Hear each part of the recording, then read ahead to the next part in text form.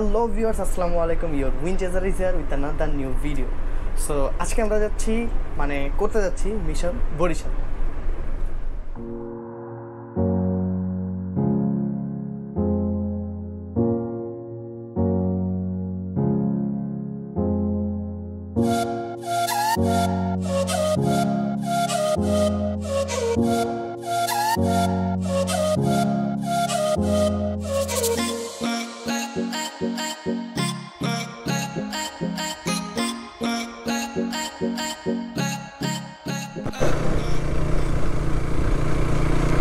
Hello viewers, welcome back. আমি এখন যাচ্ছি আমার দাদা বাড়িতে। আজকে সকালবেলা পৌঁছেছিলাম, এর আগে একটু আমি আজকে সকালবেলা 7টার দিকে পৌঁছে গেছিলাম। আপনারা লঞ্চের শটগুলো দেখছেন। তারপরে আর ভিডিও করতে পারিনি, কারণ প্রচণ্ড বৃষ্টি ছিল। এই কারণে পরবর্তীতে আর ভিডিও করা হয় নাই। এখন যাচ্ছি বালিয়াতলি, আমার দাদা বাড়ি। এই জায়গার সবগুলো পরিবেশই সুন্দর, তাই ভাবলাম আপনাদের একটু দেখাই। বাই দ্য ওয়ে গাইস, যারা আমার চ্যানেলটিতে নতুন, এখনও সাবস্ক্রাইব করেনি, তারা সাবস্ক্রাইব করে দিয়ে ভিডিওটা এনজয় করতে থাকুন। ইনশাল্লাহ মজা পাবেন অনেক। অ্যান্ড আমার পিছনে আছে শাফিন, আমার মামাতো ভাই। ও ঢাকায় থাকে এখন, লকডাউনের কারণে সব কিছু বন্ধ, এই জন্য এখান থেকে ক্লাস করে। বাই দ্য ওয়ে গাইস, ওই সাইডে কিন্তু নদী। সামনে গিয়ে আবার নৌকাতে উঠতে হবে। তো আমার ভাই বলতেছে ভাটা থাকলে আর কি একটু প্রবলেম। এদিকে আবার ব্রিজ হচ্ছে, এদিকে সব জায়গায় ব্রিজ হয়ে যাবে। ওই যে দেখা যাচ্ছে ক্যামেরাতে কতটুকু। ও ব্রিজ হয়ে রেডি হয়ে গেছে না?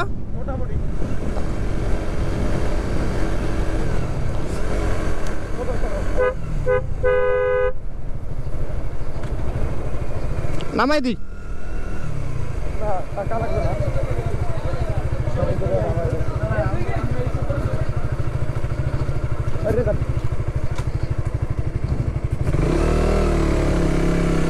এখানে একটা ফেরি আছে এমার্জেন্সি কেসেসে ইউজ করার জন্য, বাট ফেরিটা ইউজ হয় না, অ্যাকচুয়ালি নৌকা ইউজ করতে হয়।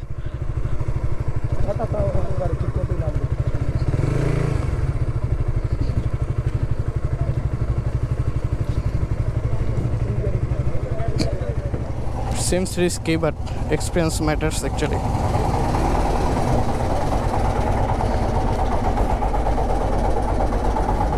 আমরা নদীটা পার করে ফেলছি, এখন বাইক ওঠানোর পালা।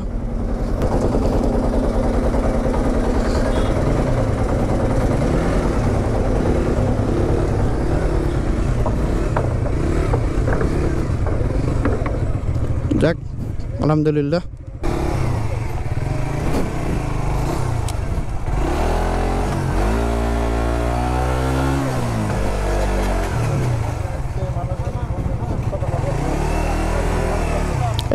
এর লেগে তো এটা লাগাইছি। আমাদের আসার কথা ছিল আরো আগেই, বাট লেট করে ফেললাম। এখানে ছোট একটা রেস চলতেছে, জেসেক্সর ভার্সেস অ্যাপাচি টিটি।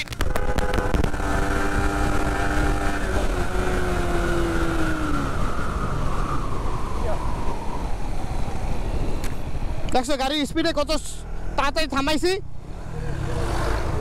এখান থেকে উড়ে দিতাম।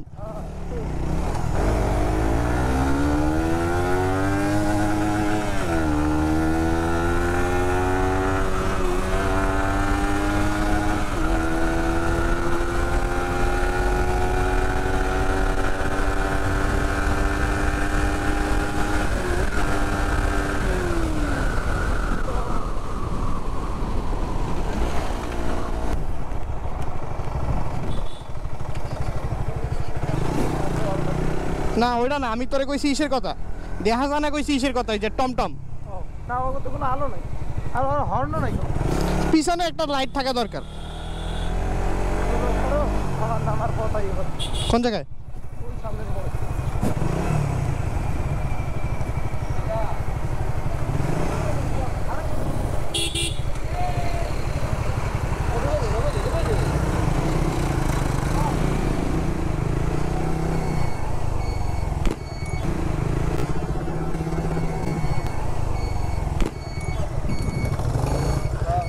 ভালো টানছেন ভাই, না ভালো টানছেন, না না ভালো টানছেন আপনার এই গাড়িতে যে টান ভাই খুব সুন্দর।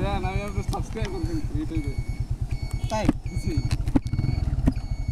আপনার আমি ঢাকা, আমার বাড়ি এখানেই। আমার ওই শখ ভাই চিনেন? হ্যাঁ শখ ভাই, হ্যাঁ শখ ভাই আমারই আপন চাচাতো ভাই। চাচাতো ভাই? হ্যাঁ আমার আব্বুর নাম আতর রহমান। এখন হ্যাঁ বাসায় ভালো তো ভাই, আমাদের বাসার সামনে তাহলে চলেন বেড়াই যান একসাথে। আসবো না ভাই, আমি তো যাই। গুড মর্নিং ভিউয়ার্স, দেখা হচ্ছে অলমোস্ট 2 দিন পরে। মানে আমি আর 2 দিন আগে আমার গ্রামের বাড়ি আসছি। 2 দিন কোনো ভ্লগ ট্লগ করিনি। অ্যাকচুয়ালি আমি বরিশাল আসছি কোনো ট্যুরে না, একটু জমি জমা সংক্রান্ত বিষয়ে কাজ করার জন্য। তো ওগুলো নিয়ে একটু ব্যস্ত ছিলাম, এই কারণে এই 2 দিন ভ্লগ কন্টিনিউ করতে পারিনি। আর অ্যাকচুয়ালি সবচেয়ে বড় প্রবলেম ছিল যেটা প্রচণ্ড বৃষ্টি ছিল, তো এই কারণে আরও বেশি কি বলে মানে ভ্লগে টাইম দিতে পারিনি। আর এর মধ্যে সবথেকে মানে সমস্যার যেটা সেটা হচ্ছে আমার ক্লাস শুরু হয়ে গেছে। এত দূরে বসে সেই অনলাইন ক্লাস করতে হয়, যেটা হচ্ছে আর একটা বড় ধরনের প্যারা। তো আপনাদের দেখাতে নিয়ে আসলাম। এখানে ভিউটা অনেক সুন্দর, এই যে। তো আপনাদের এখানে আশেপাশে ভিউটা একটু দেখাতে নিয়ে আসলাম, ভাবলাম একটু দেখাই।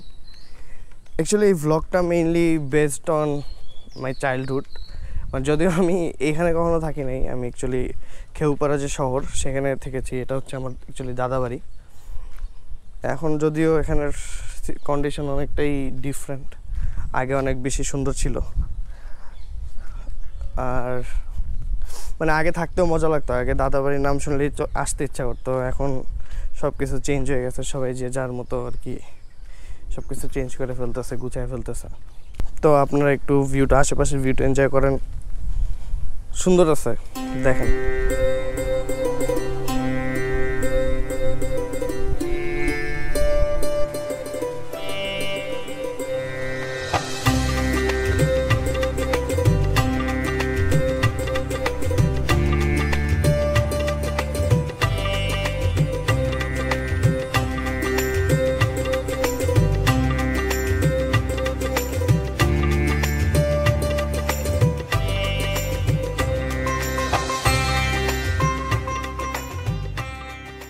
তো গাইজ, আমার অ্যাকচুয়ালি দাদাবাড়ির অনেক হিস্ট্রি আছে। এই এলাকাগুলো আসলে খুবই কি বলে দুর্যোগপ্রবণ এলাকা। মানে এখানে ওই টাইপের বন্যা হয় না, কিন্তু মাঝে মাঝে বঙ্গোপসাগর মানে কুয়াকাটা এখান থেকে খুব কাছে, বঙ্গোপসাগর খুব কাছে এখান থেকে। তো জলোচ্ছ্বাস হওয়ার একটা প্রবণতা থাকে প্রায়। তো আমি কখনো আমার দাদাকে দেখিনি, মানে আমার জন্মের পরে, মানে আমার দাদা অনেক আগেই মারা গিয়েছিলেন বন্যায়। সাথে আমার 2 চাচা, আমার ফুফুর কয়েকজন ছেলে, অনেকেই মারা গিয়েছিল। মানে বড় ধরনের বন্যা হয়েছিল এখানে অনেক আগে। মানে এই সমস্ত এলাকা মানে ব্রিটিশ আমল থেকেই আর কি মোটামুটি ডেভেলপড, মানে গ্রাম অঞ্চল হলেও মানে রাস্তাঘাট রিসেন্টলি অনেক বেশি ডেভেলপড হয়েছে। বিদ্যুৎ, ইলেকট্রিসিটি রিসেন্টলি এসেছে এদিকে। বাট ফান্ডামেন্টাল যে ডেভেলপমেন্টগুলো থাকে, স্কুল, কলেজ, মাদ্রাসা, এই সমস্ত জিনিস অনেক আগে থেকেই এসব এলাকায় মোটামুটি ভালোই ছিল, এখনও আছে। আর যোগাযোগ ব্যবস্থা মোটামুটি ভালোই উন্নতি হচ্ছে, ওদিকে পদ্মা সেতু হচ্ছে।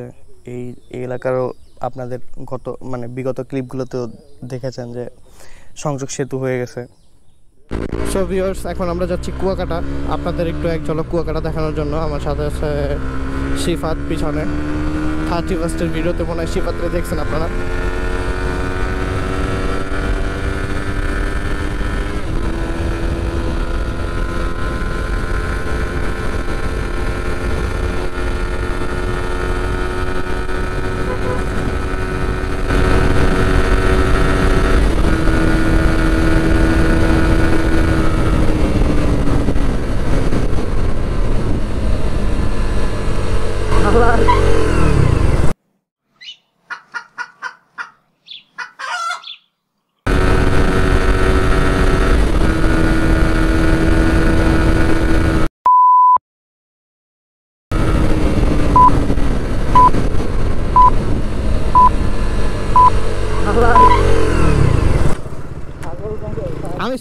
আমি কতটুকু স্লো করছি চিন্তা করছো?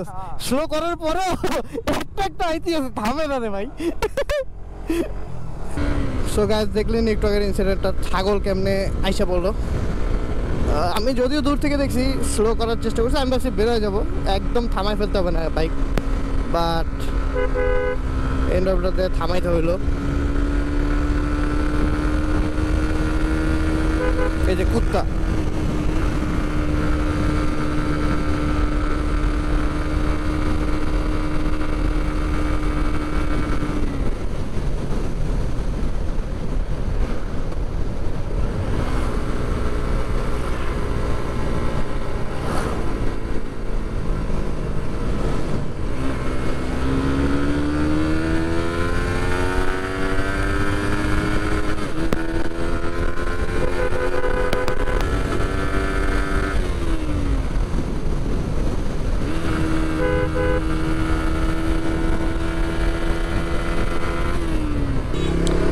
আমরা কুয়াকাটা চলে আসছি। এখানে সবই বন্ধ, ওই যে সামনে সাগর দেখা যায়। ভিডিওতে কতটুকু এখনো কতটুকু ক্লিয়ার আসতেছে না কি, আই ডোন্ট নো। কিরে তুই চোরের মতো করতেছিস clear. So here is the Kuakata for you. কুয়াকাটার অবস্থা এখন অনেক খারাপ। এগুলো ওই যে বাদ দিছে না?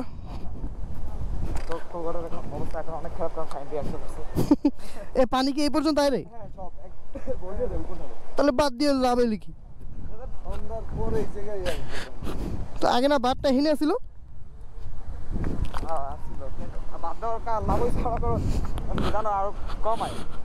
না না, বাদের কারণে আস্তে আস্তে ওদিকে আরো বাড়বে। এখন যেমন কমে গেছে না, এটা আরো 7-8 বছর পরে 10 বছর পরে ওদিকে বাড়বে।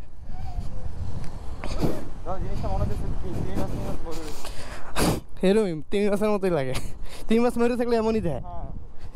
এই কুয়াকাটাই না 3 মাস দুটো মরে উঠছিল নাকি? এটা কক্সবাজারে। হ্যাঁ।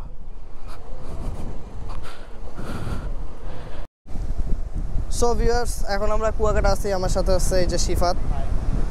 এটা কাতায় হাই কর, নাহলে শোনা যায় না তো। হাই ভিউয়ার্স, এখানে মেসি বলতেছেন সঙ্গী। কি রে, আমার মুখে আর লজ্জা হইতেছে? লজ্জা পাইতেছে। আচ্ছা যাই হোক, তো আমরা এখন কুয়াকাটা আসছি, বসে আসছি, টাইম পাস করতেছি একটু, এদিকে এমনি আসলাম। আর সানসেটটা যদি সানসেটটা যদি আমরা দেখতে পারি তাহলে আপনাদেরও দেখাবো ইনশাল্লাহ। এখান থেকে সানসেট ক্লিয়ার দেখা যায়, বাট এখন রেইনি সিজনের কারণে যে কোনো সময় মেঘ চলে আসতে পারে। সানসেটের টাইম একটু পরেই দেখি ইনশাল্লাহ, হয়তো বা হোপফুলি যদি if you are lucky enough তাহলে আমরা সানসেটটা ভালো মতো দেখতে পাবো। আর ততক্ষণ আপনারা ভিউটা এনজয় করতে থাকেন, আর আমরা নিজের একটু গল্প টল্প করি।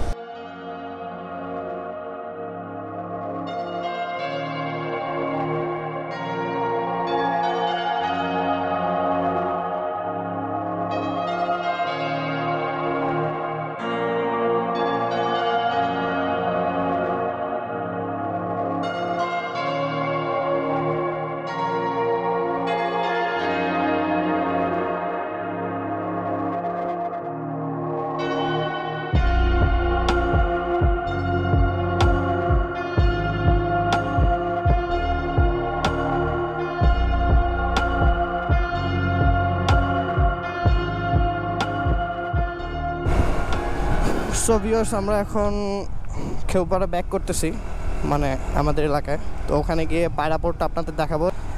এখন একদম ওই পায়রাপোর্টে গিয়ে দেখা হবে। Good morning guys, this is day 4। এখন আমরা আছি পায়রাপোর্টে। এটা হচ্ছে পায়রাপোর্টে এন্ট্রান্সের রাস্তা। এখানে অনেক স্মুথ একটা রাস্তা। এখানে আসার কারণ হচ্ছে আপনাদের একটু পায়রাপোর্টের ফ্রন্টটা দেখাবো। ওই যে দেখা যাচ্ছে পায়রাপোর্টের গেট। হালকা পাতলা বৃষ্টি হচ্ছে, বাট হেভি রেইন না।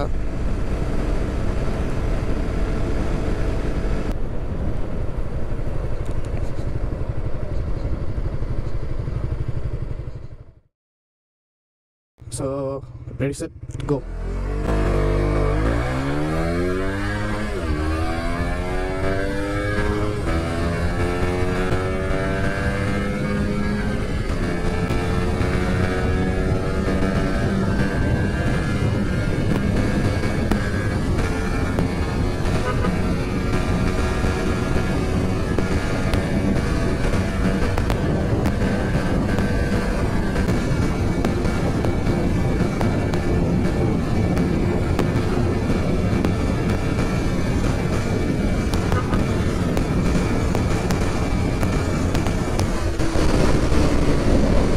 আরে গরু রে,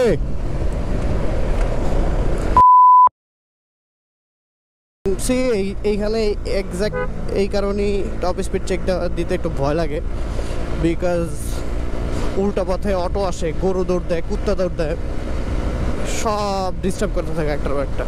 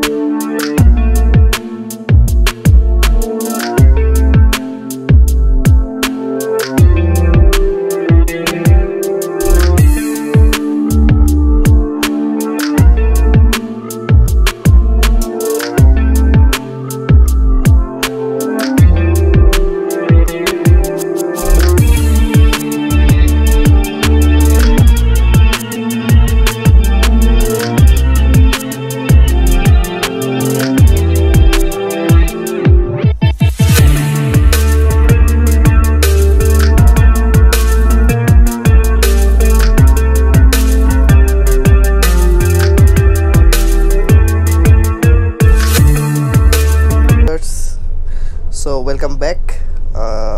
লাস্ট ফুটেজের পরে অ্যাকচুয়ালি কালকে বরিশাল আসছিলাম।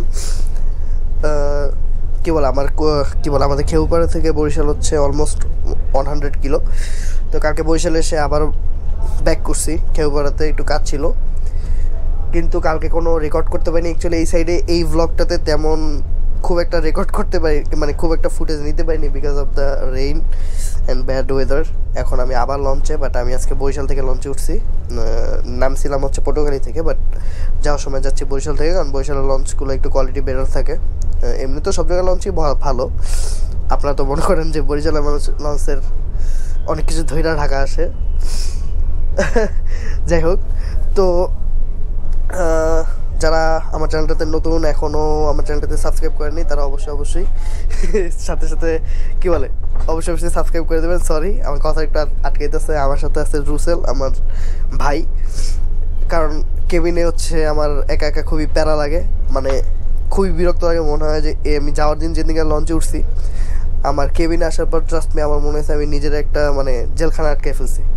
আর এটা এমন একটা জেলখানা যে আমি এই সাইডে যে কি নদীতে লাফ দিব না কি করবো কিছুই বুঝতেছিলাম না। আর আশেপাশে মানুষজনও ছিল সব দাদা চাচা খালু টাইপের, যে কারোর সাথে কথা বলবো বা কারোর সাথে একটু হাই হ্যালো করবো সেটাও বুঝতেছিলাম না। বাই দ্য ওয়ে, এবার ট্যুরের কিছু ইন্টারেস্টিং কাহিনী বলি। সব থেকে ইন্টারেস্টিং কাহিনী হচ্ছে আমি যখন রাইডিং জ্যাকেট আর শ্যু পরে রাস্তায় দাঁড়াই, মানে 99% মানুষ আমার দিকে তাকায় থাকে একটা অবাক দৃষ্টিতে। ইটস নট লাইক যে আমার কাছে ক্যামেরা আছে বা আমি ডিফারেন্ট গেট আপ নিয়ে আসছি, এরকম কিছু না। তারা ভাবে আমি হচ্ছে টিকটকার। এখন টিকটক আমি আমার বাপের জন্য করি নাই, চেষ্টাও করিনি আর কি। তো আমার অনেকে আস্কও করছে, ভাই আপনি কি টিকটকার? তো লাস্ট টাইমে এই যে লেবুখালী ফেরিতে একজন জিজ্ঞেস করলো যে আমি টিকটকার নাকি। তো বললাম যে না ভাই, আমি টিকটকার না, বাট আমার যেটা মনে হইতেছে যে ইউটিউবিং বাদ দিয়ে আমার টিকটক করা উচিত।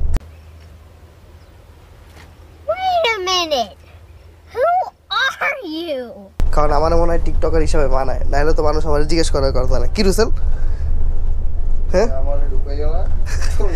কেন তুমি আসতে চাও না? সে হোক, আমার ভাই অনেক পরেজগার, সে হচ্ছে ক্যামেরার সামনে আসবে না, সে নিজের ফেস দেখাবে না। যদিও এটা একটা সাময়িক ভং মানে হচ্ছে ঠিক আছে। রুসেল, তুমি একটা সবার একটা সালাম দিয়ে দাও, এরকম ডাকাইতের মধ্যে একটা সুন্দর করে হাসি দিয়ে সালাম দাও। দরকার নেই,